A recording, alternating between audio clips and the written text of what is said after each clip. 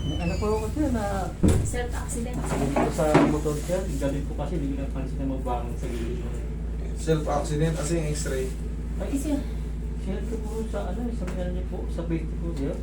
Kaninong page? Anong apelid? Ayun Ayun. po. Ha? Sige. Sige nga, tingnan ko sa messenger mo. Sa WhatsApp po. Sa WhatsApp, tingnan ko.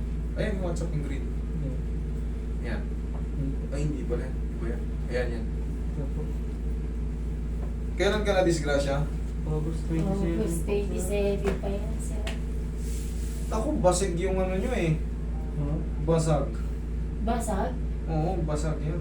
Ba't di naman sinasabi ko sa kanyang doktor? Basag yan. Basag po ba?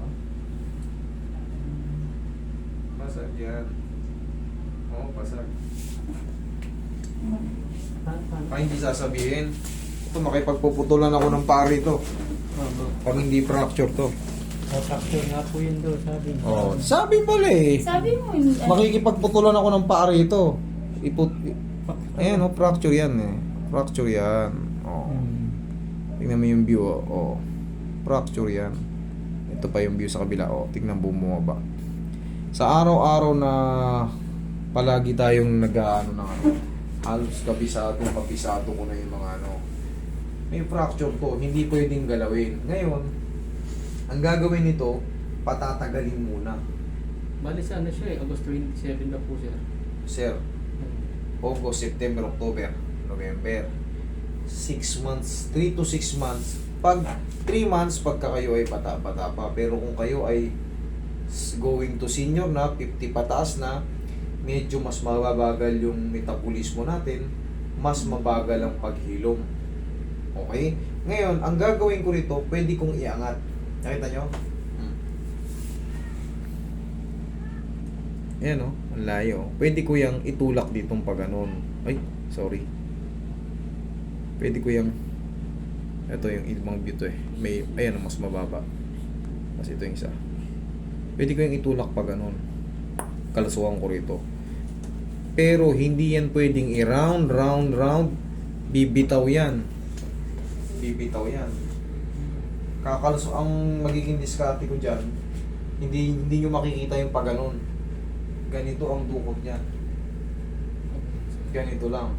Tapos, manatili muna kayo may ganito. Para nakita nila na injury ka. Sa totoo lang, wala nang problema to eh. Ito, hindi pwedeng matabig. Hindi pwedeng matabig. Tsaka pagka nakagilid po mo sakit. Hindi nga pwede bumabaon eh. Fracture nga eh. Nasaan yung papel?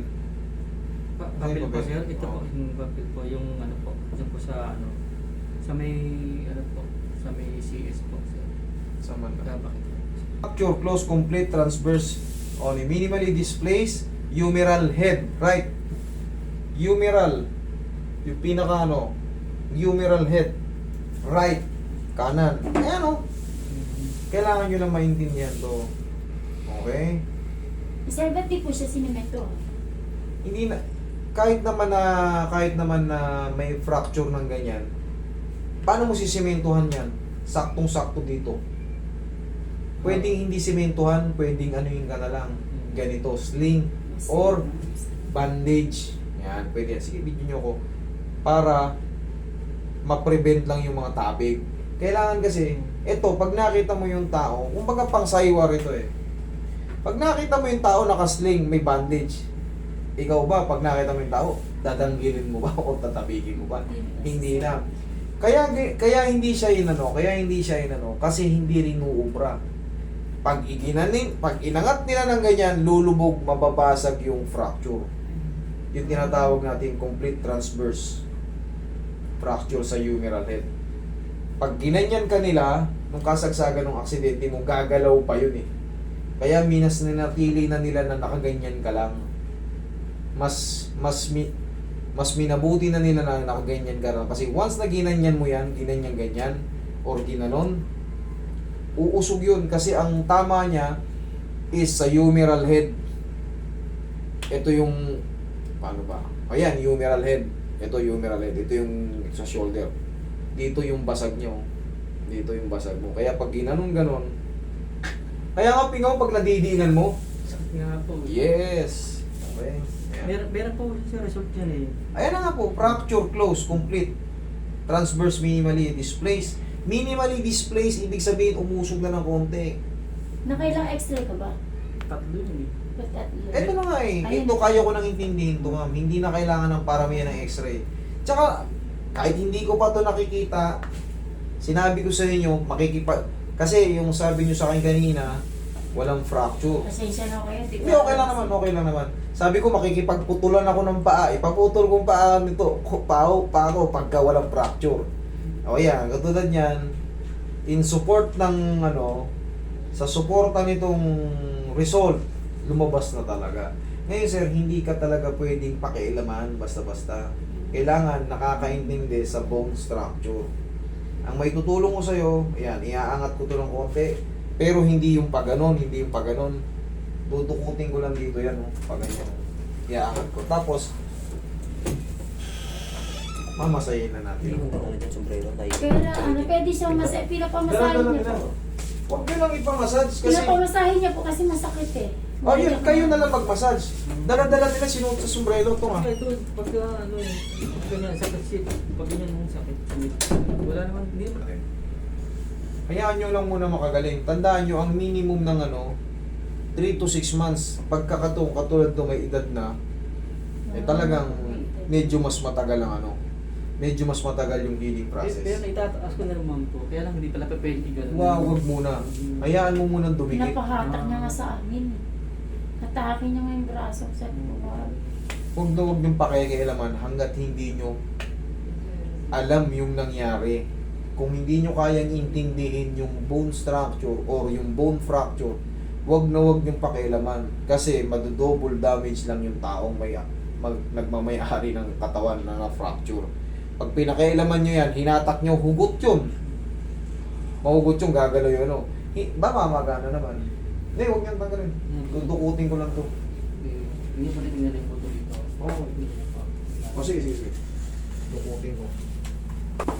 Eh sa gabi po. Kailangan lang naka-arm sling siya kasi nga hindi nga pwedeng bumaba. Hindi pwedeng bumaba. Kasi nga ang basag niya pag ganyan, no? Pag hinatak mo yan or pinilit mong iangat, didiin kasi yung pinaka-head humerus, yung may cartilage. Yung dito sa may yung pinaka-leeg niya, hihiwala yun, aangat. Kaya ang palagi mo lang gagawin mo dyan, limitahan mo lang muna yung kilos hanggat maaari, ganyan-ganyan lang muna. Yan, ganyan-ganyan lang muna. Tapos, para mabilis ang paghilom, bone vitamins. Ano po ang magandang... pinapainom ko po siya na polynerve. Pwede ba yun? Ang nerve kasi, sa nerve. Pero pwede rin naman yun kasi hindi naman mapofracture to kung hindi tinabot yung mga ganito eh. Bago mabasag ang buto, siyempre tatama yan sa pang-ibabaw. Pero ako hindi kasi ako pwede magbigay ng mga ng mga gamot. So, kailangan niya po bumalik din sa doktor. Parang may nakita po ako dito eh. Parang po siya. Naabulido na siya. Sabi, pahilhain nyo na nga ito. Siyempre, ngalay na siya eh. Kirot na siya, ngalay Oo na. nga. Ano po ba pwede magaling din yung pagkirot? Eh siyempre, kailangan meron kayong prescribed ng doktor, pain reliever. Sabi ko nga sa kanya, Hindi tayo pwede maghula-hula. Kailangan kasi meron mga grade, may mga yan, milligram, may mga tatasang Ito, iaangat ko lang dito.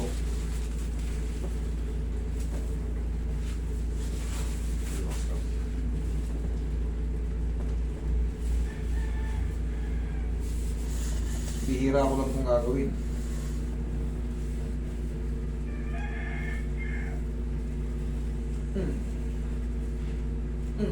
Yan.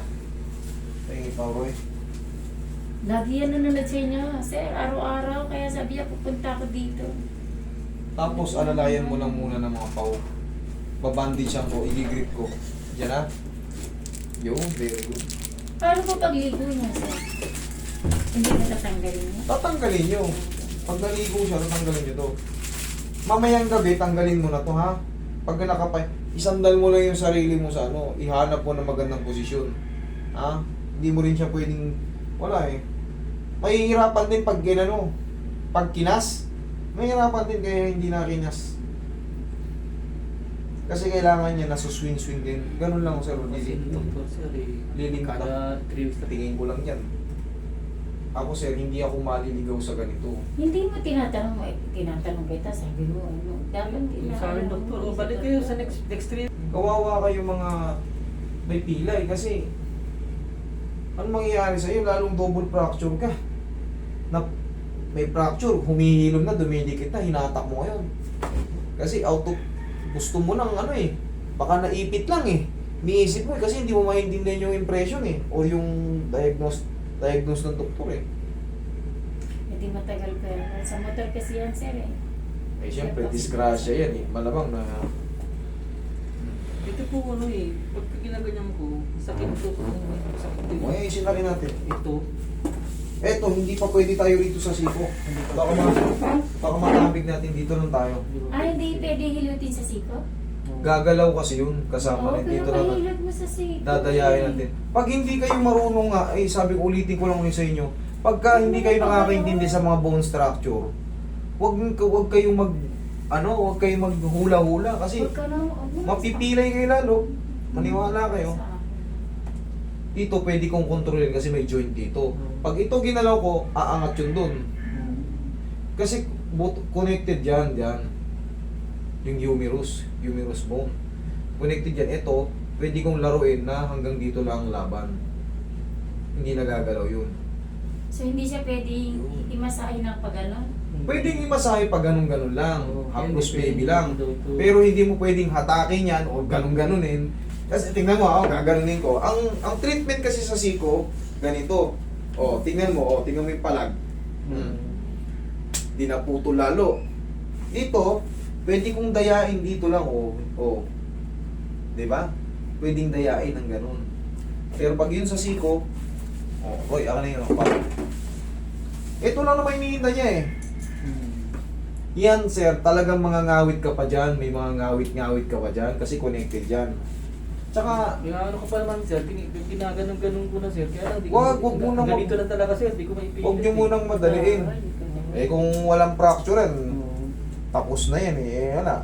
Pag pinilit nyo iangat yan, gagalaw yung fracture. Nakita nyo na yung ibang view, nakahiwalay na siya. Pag pinilit nyo iangat yan, Thank you, sir. Maniwala kayo. Punta kami dito. kailangan nyo, trabaho ko yan eh. Kumbaga, bilang nakakaalam, mas nakakaalam ako sa inyo, doon tayo sa safe. Kasi pag pinilit-pilit mo yan, kasi ipit lang to, baka frozen shoulder. Hindi mo alam, ulitin ko lang sa inyo, nadisgrasya kayo. Natukod mo yan, tumama yan sa bato, kaya basag. Siyempre, bunga ng pag-edad natin, marupok na yung buto natin. Kaya nabasag. Yun, okay.